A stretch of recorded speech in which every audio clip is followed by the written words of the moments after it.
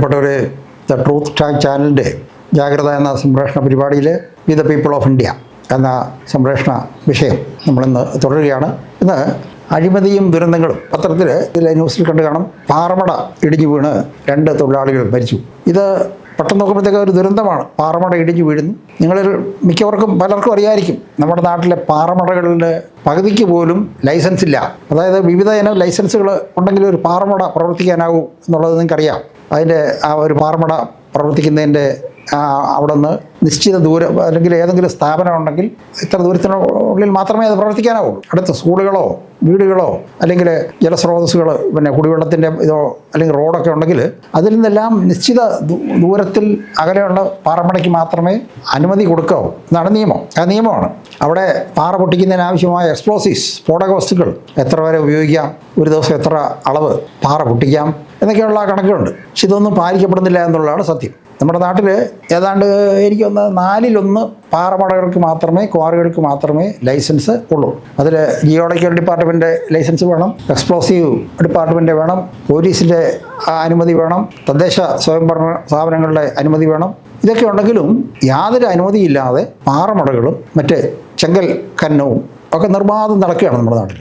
ആരെങ്കിലും ഏതെങ്കിലും പ്രദേശത്ത് ജനങ്ങൾ പാറമട മൂലം തങ്ങൾക്ക് വലിയ ബുദ്ധിമുട്ടാകുന്നു, ജീവിതം പ്രശ്നമാകുന്നു എന്ന് പറഞ്ഞ് പരാതിപ്പെട്ട് കഴിഞ്ഞാൽ ആരും തിരിഞ്ഞു നോക്കുകയില്ല. പഞ്ചായത്തുകാർ പറയും ഞങ്ങൾ സ്റ്റോപ്പ് മെമ്മോ കൊടുത്തിട്ടുണ്ട്. പഞ്ചായത്തിൻ്റെ സ്റ്റോപ്പ് മെമ്മോയ്ക്കൊരു വിലയില്ല. കാരണം അവിടുത്തെ രാഷ്ട്രീയ നേതാവ് പറഞ്ഞു കഴിഞ്ഞാൽ പഞ്ചായത്തുകാർ അവരുടെ ഫയലിൽ ഒരു സ്റ്റോപ്പ് മെമ്മോ കൊടുത്ത് വെച്ചിരിക്കും. അത് സെർവ് ചെയ്യും. നിർബാധം പാറമട പ്രവർത്തിക്കും. 10 ലോറി അല്ലെങ്കിൽ 20 ട്രക്ക് ടിപ്പറിൽ പാറ കൊണ്ടുപോകാമെന്നാണെങ്കിൽ അത് 100 ടിപ്പറിൽ കൊണ്ടുപോയാലും അതിനെ കണക്കില്ല. അതുപോലെ ഇത്ര ആഴത്തിൽ പാറമട ഖനനം ചെയ്യാവൂ എന്ന് നിയമമുണ്ട്. അങ്ങനെ ഖനനം ചെയ്ത് വലിയ ഗർത്തങ്ങൾ ഉണ്ടായി കഴിയുമ്പോൾ ആ ഗർത്തങ്ങൾക്ക് അപകടം ഉണ്ടാക്കുന്നത് കൊണ്ട്, അപകടകരമായി ഭവിക്കുന്നത് കൊണ്ട് അതൊക്കെ മണ്ണിട്ട് അവിടെ ഉണ്ടാകുന്ന പാറമടയ്ക്ക് വേണ്ടി തെളിച്ച പ്രദേശത്തെ മണ്ണും കല്ലുകളും എല്ലാം ഉപയോഗിച്ച് നികത്തിയിട്ട് പോകണമെന്നുണ്ട്. ഈ പാറമടക്കാർ ലൈസൻസും ഇല്ല, പാറ പൊട്ടിക്കുന്നുണ്ട്, കൊണ്ടുപോകുന്നുണ്ട്. അവരെ ഈ പറഞ്ഞ ആളുകൾക്ക് പൈസ കൊടുക്കും. പോലീസുകാർ പൈസ വാങ്ങിക്കും, പഞ്ചായത്തുകാർ പൈസ വാങ്ങിക്കും, ജിയോളജിക്കൽ ഡിപ്പാർട്ട്മെൻറ്റ് വാങ്ങിക്കും. ഇവരെല്ലാവരും അവർക്ക് കിട്ടുന്ന പൈസ അങ്ങ് വാങ്ങിച്ചിട്ട് അവരും കണ്ണടയ്ക്കും. ഞാൻ നേരത്തെ ഇതിൽ പറഞ്ഞ പോലെ കണ്ണടപ്പ് കൂലി എന്ന് പറഞ്ഞൊരു ബില്ലുണ്ട്. നമ്മുടെ ഏറ്റവും ഈ നോക്കുകൂലി ഒന്നും അല്ല വാസ്തവത്തിൽ, ഈ കൈക്കൂലിയേക്കാളൊക്കെ കണ്ണടപ്പ് കൂലി. ഒരു പ്രവൃത്തി, നിയമവിരുദ്ധമായ ഒരു പ്രവൃത്തി നാട്ടിൽ നടക്കുമ്പോൾ അത് തടയേണ്ട ഉദ്യോഗസ്ഥൻ തടയാതെ അതിനെതിരെ കണ്ണടയ്ക്കുന്നതിന് കിട്ടുന്ന തുകയാണ് കണ്ണടപ്പ് കൂലി. അത് നേരിട്ട് വാങ്ങിക്കണമെന്നില്ല, ബന്ധുക്കൾക്കോ എങ്ങനെയെങ്കിലും ആകാം. അപ്പം അങ്ങനെ പൊതുസമ്പത്ത് പൊതുജനങ്ങൾക്ക് ദോഷമുണ്ടാകുന്ന വിധത്തിൽ എടുത്തുകൊണ്ട് പോകുന്ന സംവിധാനം നമ്മുടെ നാട്ടിൽ വളരെ പ്രബലമാണ്. ആരും തടയില്ല. അതിനെതിരായിട്ട് കേസിന് പോയി കഴിഞ്ഞാൽ സർക്കാർ അതിന് വളരെ മെല്ലപ്പോക്ക് നയം ഉണ്ടാകും. സർക്കാർ അതിന് മറുപടി കൊടുക്കുകയില്ല. അല്ലെങ്കിൽ പറയും ഞങ്ങൾ 2 ആഴ്ച സമയം വേണം, അല്ലെങ്കിൽ ഉദ്യോഗസ്ഥരെ അയച്ചിട്ട് അവർ നോക്കി പറയും എല്ലാം ഭദ്രമാണ്, നിയമാനുസൃതമാണ് എന്നൊക്കെ പറയും. അപ്പം ഇങ്ങനെ അഴിമതിയിലൂടെ അഴിമതി എന്ന് പറഞ്ഞാൽ നമ്മുടെ ജീവിതത്തിൻ്റെ ഒരു അവിഭാജ്യ ഘടകം ആയി മാറിയിരിക്കുന്നു. പല സ്ഥലത്തും പാറക്കുളത്തിൽ പിള്ളേർ വീണ് മരിക്കുന്നതായിട്ട് നമ്മൾ കേൾക്കുന്നുണ്ട്. ഓരോ ദിവസം പത്രവാർത്തയിൽ കാണാം, പാറക്കുളത്തിൽ വീണ് മരിച്ചു പോകും. പാറക്കുളത്തിൽ പോകുന്ന പിള്ളേരെ ഒരു സാഹസപ്രിയരാണ്. കുട്ടികൾ വെളിമ്പ്രദേശത്തൊക്കെ പോകും, പാറയുടെയൊക്കെ മുകളിൽ കയറിയിരിക്കും. അങ്ങനെ ഇരിക്കുമ്പോഴത്തേക്ക് നല്ല തെളിഞ്ഞ വെള്ളം കാണും. അവരൊന്ന് പറയുന്നു കുളിച്ചേക്കാമെന്ന് വിചാരിക്കും. പാറക്കുളത്തിലിറങ്ങും, നിലയില്ലാത്ത കയത്തിലേക്ക് പോയി മരിക്കും. പലപ്പോഴും 1-2 ദിവസം കഴിഞ്ഞാണ് പിള്ളേരെ കാണുന്നില്ല എന്ന് പറഞ്ഞ് എൻ്റെ ചെല്ലുമ്പോഴാണ് ഈ പാറക്കുളത്തിൽ മരിച്ചായിട്ട് കാണുന്നത്. കേരളം പോലെ ഒരു പ്രബുദ്ധമായ സംസ്ഥാനത്ത് ഇത് സംഭവിക്കുകയാണ്. നമ്മൾ പെട്ടെന്ന് വിശ്വസിക്കുക. നമ്മൾ ഒരു പത്രവാർത്തയാകുന്നു, നമ്മളതിനെ ആഘോഷിക്കുന്നു, ചാനൽ ചർച്ച വരുന്നു. അതുപോലെ സുരക്ഷാ മാനദണ്ഡങ്ങളുണ്ട്.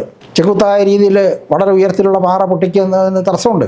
അത് അടുക്കടുക്കായിട്ട് സ്റ്റെപ്പ് ബൈ സ്റ്റെപ്പുകളായിട്ട് പൊട്ടിക്കാവുന്നുണ്ട്. അപ്പോൾ അത് കൂടുതൽ പണിയാവും. അപ്പോൾ അതുകൊണ്ട് തന്നെ എടുക്കും താഴെ വലിയ ഒരു 10, 50, 100 അടി അല്ലെങ്കിൽ 150 അടി ഉയരത്തിൽ നിൽക്കുന്ന പാറയുടെ അടി അവർ ജാക്ക് ഹാമർ വെച്ചോ അല്ലെങ്കിൽ എക്സ്പ്ലോസീവ് വെച്ച് പൊട്ടിക്കുക അടി മാന്തി കഴിഞ്ഞാൽ മുകളിലല്ല അവിടെ ഇടി ഞങ്ങൾ വീണുള്ളൂല്ലോ. അപ്പം അങ്ങനെയുള്ള പണികളും കാണിക്കുന്നുണ്ട്. ഇതൊക്കെ നോക്കേണ്ട ആൾക്കാർ നോക്കുന്നില്ല. രാഷ്ട്രീയക്കാർ പൈസ കിട്ടുന്നതുകൊണ്ട് അവരോട് ചേരും, കണ്ണടയ്ക്കും. ഇതിൽ പ്രയോജനം കിട്ടാത്ത സാധാരണക്കാർ, പാവപ്പെട്ട മനുഷ്യർ ദുരിതമനുഭവിക്കും.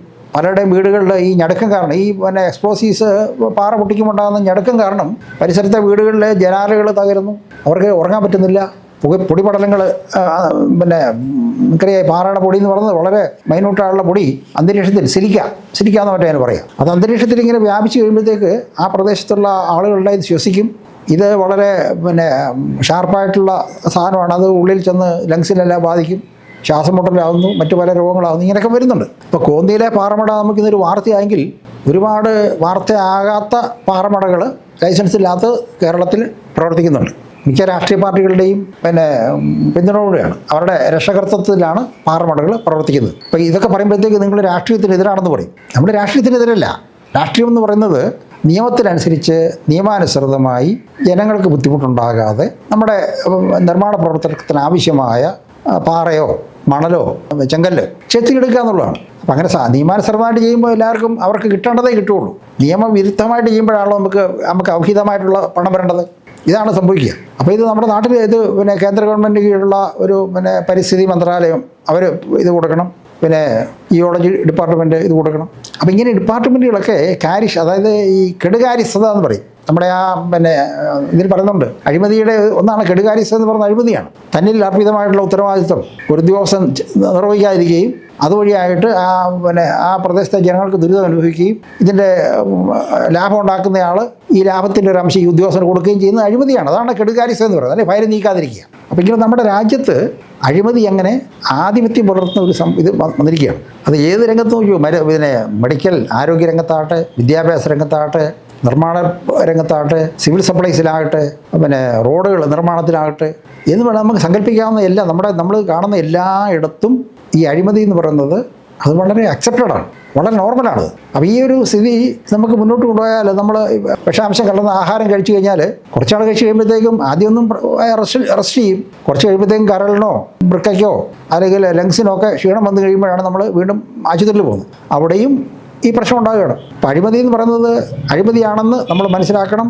അത് നമുക്ക് നമ്മുടെ ജീവിതത്തെ ബാധിക്കുന്നതാണെന്നും നമ്മളെ നശിപ്പിക്കുന്നതാണെന്നും മനസ്സിലാക്കിക്കൊണ്ട് അതിനെതിരായിട്ടുള്ള ഒരു പോരാട്ടം, പ്രവർത്തനം നമ്മൾ ആരംഭിച്ച് മതിയാവും. അഴിമതിയിലൊന്ന് നമുക്ക് മയക്കുമരുന്നാണ്. നിങ്ങൾക്കറിയാം, മയക്കുമരുന്ന് വിതരണം ചെയ്യുന്ന താഴെ തലത്തിൽ വിതരണം ചെയ്യുന്ന കുറച്ച് മനുഷ്യരുണ്ട്, സാധാരണക്കാർ. ഈ മയക്കുമരുന്ന് ബൾക്കായിട്ട് വാങ്ങിച്ച് ഈ സമൂഹത്തിൽ ഇവർക്കെല്ലാം കൊടുക്കുന്നത് രാഷ്ട്രീയമായിട്ട് നല്ല പിടിപാടുള്ളവരാണ്. അപ്പോൾ ഈ മരുന്നുകൾ, ഡ്രഗ്സ്, അല്ലെങ്കിൽ അവരെ സബ്സ്റ്റൻസ് അബ്യൂസ് ആക്ട് എന്ന് പറഞ്ഞൊരു എണ്ണമുണ്ട്, മയക്കുമരുന്നൊക്കെ. അപ്പോൾ ഇതൊന്നും ഉദ്യോഗസ്ഥന്മാരുടെയോ രാഷ്ട്രീയക്കാരുടെയോ അറിവ് കൂടാതെ നമ്മുടെ നാട്ടിൽ എത്തുകയില്ല, നമ്മുടെ സ്കൂളുകളിൽ എത്തുകയില്ല, നമ്മുടെ പിള്ളേരെ കൊടുക്കില്ല. അപ്പോൾ ഇതൊരു വലിയ നീരാളിപ്പിടുത്തത്തിലാണ്. അഴിമതിയുടെ നീരാളിപ്പിടുത്തത്തിൽ അഴിമതിയുടെ ഒരു ഉൽപ്പന്നമായിട്ട് മയക്കുമരുന്ന് വരുന്നു, മദ്യം വരുന്നു, ചൂതാട്ടങ്ങൾ വരുന്നു. അതിനോട് ചേർന്നുള്ള മറ്റ് പല ദൂഷ്യ സംഭവങ്ങളും സമൂഹത്തിൽ വളരുകയാണ്. അപ്പോൾ ഈ വിഷയം ഇതിൻ്റെ കൂടുതൽ വശങ്ങളിലേക്ക് നമ്മൾ സംസാരിക്കേണ്ടതായിട്ടുണ്ട്. ഈ വിഷയങ്ങൾ നിങ്ങൾ ശ്രദ്ധിക്കണം. ഈ ചാനൽ നിങ്ങൾ സബ്സ്ക്രൈബ് ചെയ്യണം, ഇത് നിങ്ങൾ ഷെയർ ചെയ്യണം, ഇതേക്കുറിച്ചുള്ള ചർച്ചകൾ നടത്തണം. കൂടുതലായിട്ടുള്ള കാര്യങ്ങൾ സംസാരിക്കുന്നതായിരിക്കും. അതുവരെ ഏവർക്കും നന്ദി, നമസ്കാരം.